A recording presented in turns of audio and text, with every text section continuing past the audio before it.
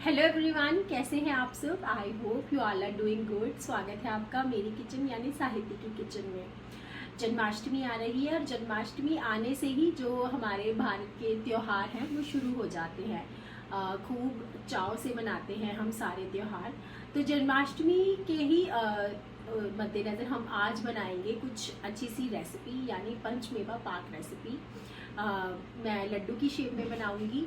तो चलिए मेरे साथ ट्राई करते हैं आज की रेसिपी और कान्हा जी को लगाते हैं इसका भोग। सबसे पहले हम पैन में डाल लेते हैं 2 चम्मच के करीब देसी घी।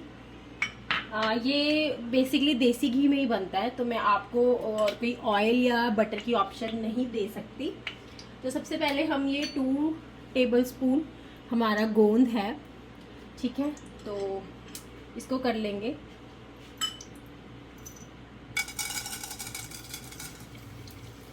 घी आपका थोड़ा गरम होना चाहिए, मॉडरेट। इसमें इसको धीरे धीरे रोस्ट कर लेंगे। ये बिल्कुल फूल जाएगा और बिल्कुल मतलब जैसे वो होते हैं ना पॉपकॉर्न कह लो आप, तो बिल्कुल वैसा सॉफ्ट हो जाएगा।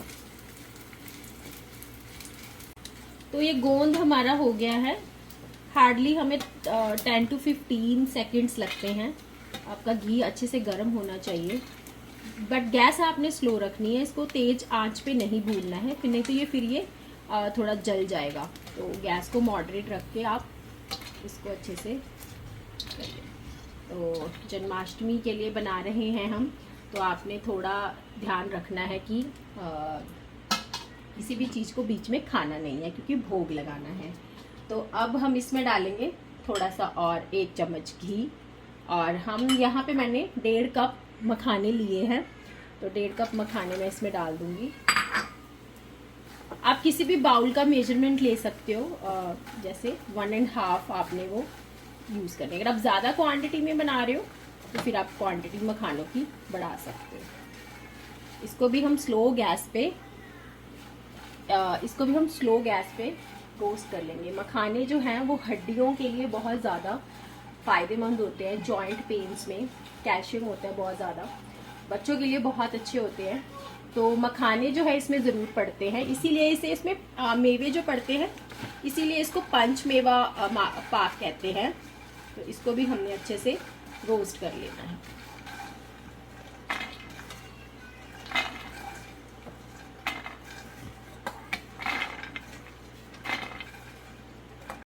तो अब सेम पैन में मैं 1 चम्मच के करीब घी और ले लेती हूँ। अब इसमें हम रोस्ट करेंगे 15 से 20 मैंने यहाँ पे बादाम लिए हैं। तो बादाम को भी अच्छे से स्लो गैस पे ही हमने अच्छे से इनको चटक कर लेना है, अच्छे से रोस्ट कर लेना है। मेवों को थोड़ा अलग अलग करके ही रोस्ट करना पड़ता है, क्योंकि बादाम को थोड़ा ज़्यादा टाइम लगता है, कैशू जो होते हैं वो जल्दी रोस्ट हो जाते हैं। तो इस वजह से हम सारी चीज़ों को अलग अलग करके रोस्ट कर रहे हैं। अगर इकट्ठा डाल देंगे, इकट्ठा आप डाल सकते हो। अगर आपने सारे मेवे जो हैं वो क्रश किए हुए हैं तो आप इकट्ठा भी थोड़े से घी में उनको रोस्ट कर सकते हो। तो मैं बेसिकली ऐसे अलग अलग करके रोस्ट कर रही हूँ। तो देखिए इसमें से चटक चटक की आवाज़ आ रही है, तो दैट मीन्स ये हो रहे हैं। इनको अच्छे से, ये देखिए इनमें क्रैक आ जाएगा, तो मतलब ये हमारे डन हो जाएंगे। तो ये हो गए हैं, इन्हें हम अलग प्लेट में निकाल लेते हैं।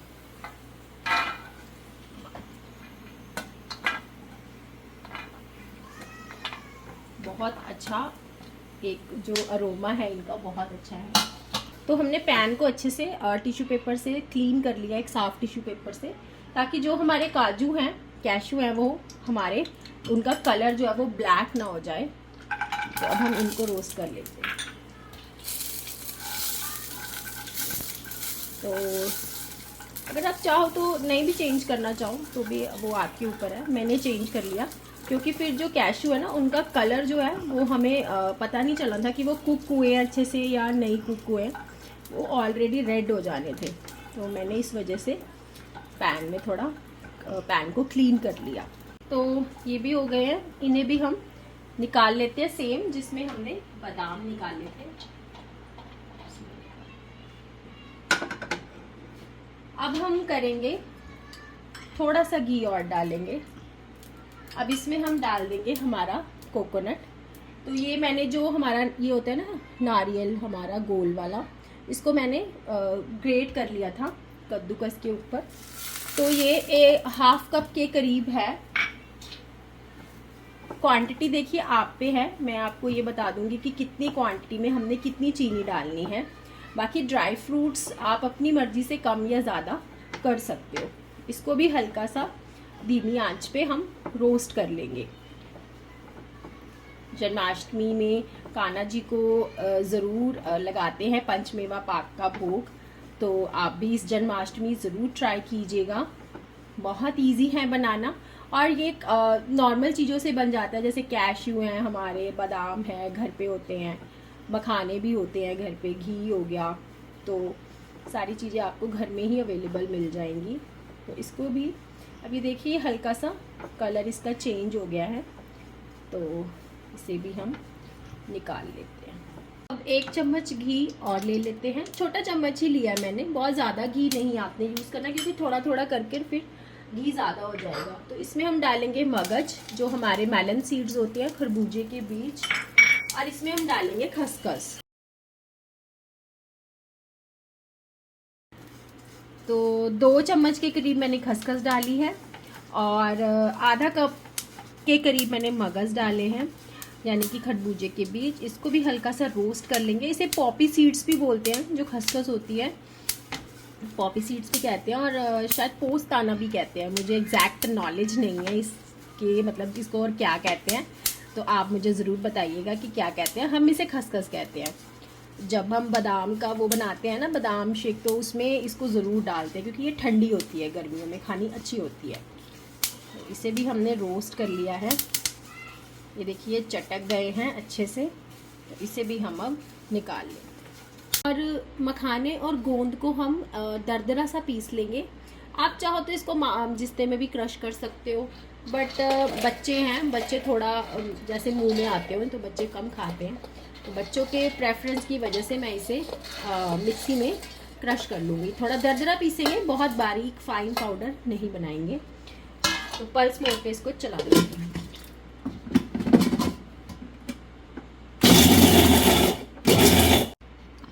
तो ये देखिए ये दरदरा सा पीस लिया है हमने, बहुत ज़्यादा फाइन पाउडर हमने नहीं बनाना है। तो अब ऐसे ही हम जो हमारे ड्राई फ्रूट्स हैं, काजू और बादाम, कोकोनट को नहीं, हमने काजू और बादाम को रोस्ट किया था, वो भी हम इसमें दरदरे से इनको चला लेंगे।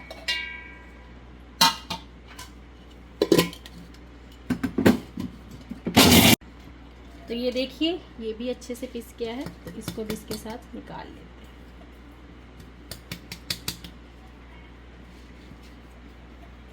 तो अब हम करेंगे मेजरमेंट कि हमारा सामान जितने कप बनता है उसके हिसाब से हमने अपनी जो शुगर है या गुड़ है, जो भी, या देसी खांड आप यूज़ कर रहे हो, तो वो हमने उस हिसाब से डालनी है। जैसे मान लो हमारा 4 कप मटेरियल बनता है, तो हमने 2 कप यानी हाफ उसमें मीठा डालना है, अगर गुड़ है तब भी और चीनी है तब भी।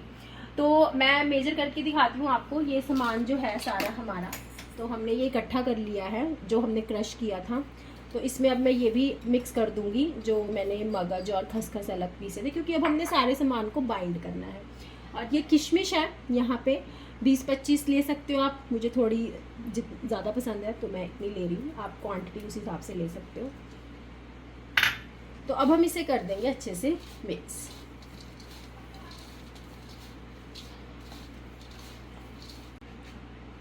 इसमें डाल रही हूँ मैं ये थोड़ा सा इलायची पाउडर, ऑप्शनल है, बट फ्लेवर अगर आप डालोगे तो बहुत अच्छा लगेगा।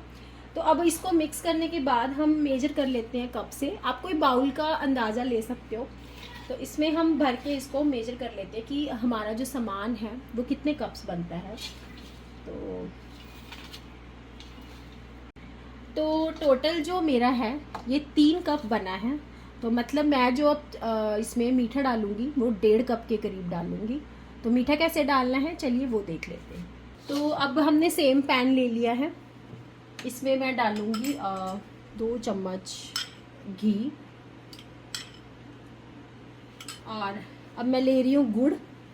ठीक है, तो गुड़ जो है मैंने आपको बताया था कि जैसे हमारा 3 कप मटेरियल है तो हम 1.5 कप के करीब गुड़ डालेंगे। मीठा अगर आपको ज़्यादा पसंद है तो आप ज़्यादा भी ऐड ऑन कर सकते हो। तो मैं इसमें 1.5 कप के करीब गुड़ डालती हूँ। तो अब हम इसे धीमी आंच पे थोड़ा थोड़ा इसको पहले चला लेंगे, फिर इसमें पानी ऐड करेंगे।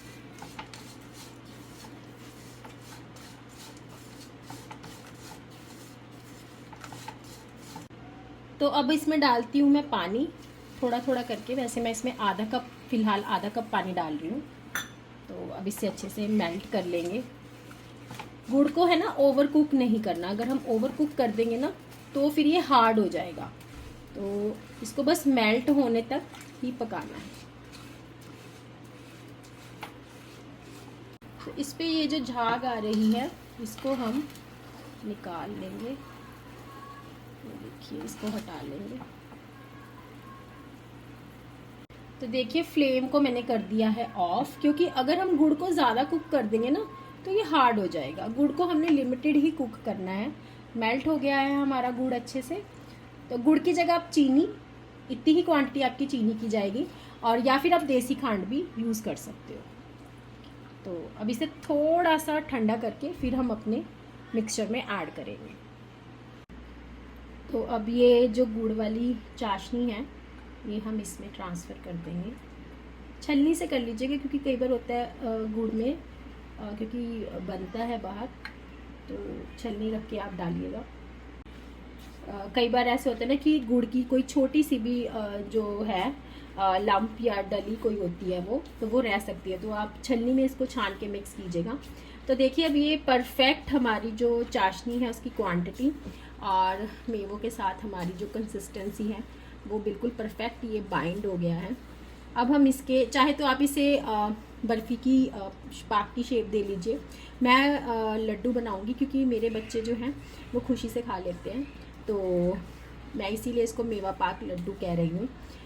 तो आई होप आपको पसंद आएगी, ज़रूर ट्राई कीजिएगा। और इसको थोड़ा सा ठंडा कर लेते हैं। तो ठंडा हो गया है ये, मैंने इसको लड्डू की शेप दे ली है। आप चाहो तो प्लेट में ग्रीस करके इसे पाक यानी बर्फ़ी की शेप भी दे सकते हो। तो अगर आपको लगता है कि आपका जो ये मिक्सचर है ज़्यादा वो है वेट है, तो आप इसमें थोड़ा सा कोकोनट, डेसिकेटेड कोकोनट भी डाल सकते हो। तो उससे क्या होगा, ये इजीली बाइंड हो जाएगा। और अगर आपको ज़्यादा ड्राई लगता है तो आप इसमें थोड़ा सा देसी घी का यूज़ कर सकते हो। 2 से 3 चम्मच देसी घी डाल सकते हो, जिससे ये अच्छे से बाइंड हो जाएगा। तो ये देखिए, ये जब सूख जाएंगे तो ड्राई होकर ये बिल्कुल परफेक्ट हो जाएंगे।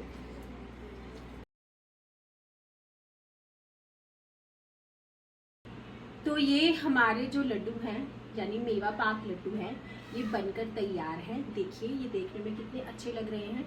व्रत में भी खाइए और कान्हा जी को भी भोग लगाइए। ज़रूर ट्राई कीजिएगा, आपको बहुत पसंद आएगी।